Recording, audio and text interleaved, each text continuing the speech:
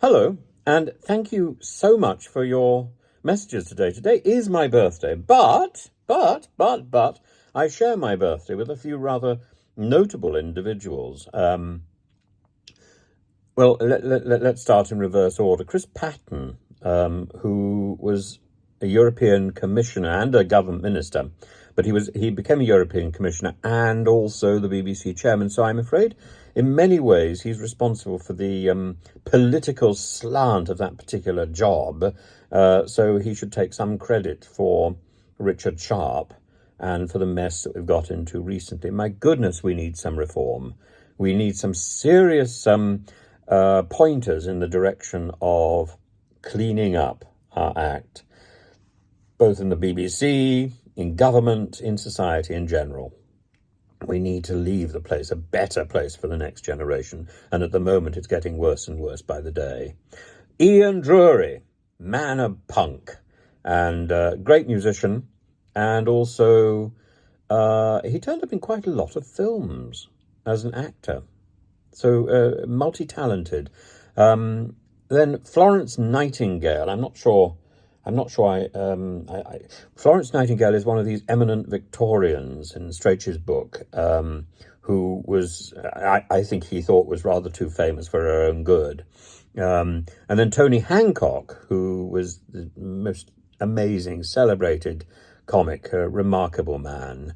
And Wilfred Hyde White, who was the fellow in My Fair Lady, in the film of My Fair Lady, who is friends with Henry Higgins, Colonel Pickering.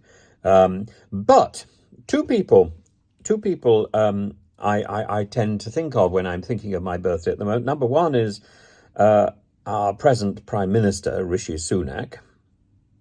Well, yes, born in 1980. So younger. And Edward Lear, who is a true Victorian, who has sort of defined so much of my professional work in the last 20 odd years. And I sort of followed his journeys around the Mediterranean, copying the drawings that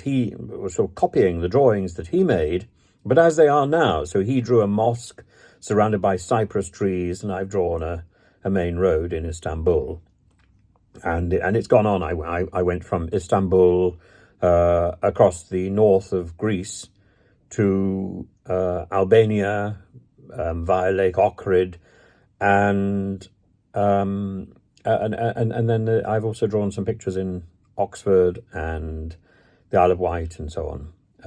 Edward Lear was a remarkable artist. He drew exactly what he saw. I think possibly he also had an interest in the camera at a very early stage in the camera's development, and there is a camera that was passed on by the Kokkalis family in Corfu, and Giorgio Kokkalis was his companion, manservant, and this camera turned up. Which suggests that Lear was using optics to make sure that his pictures were as accurate as they actually are. His pictures are astronomically accurate and beautiful. He's also famous, as you know, for his limericks and for his songs, and possibly you didn't know, but he also taught Queen Victoria how to paint on the Isle of Wight. And he was friends with the Tennysons.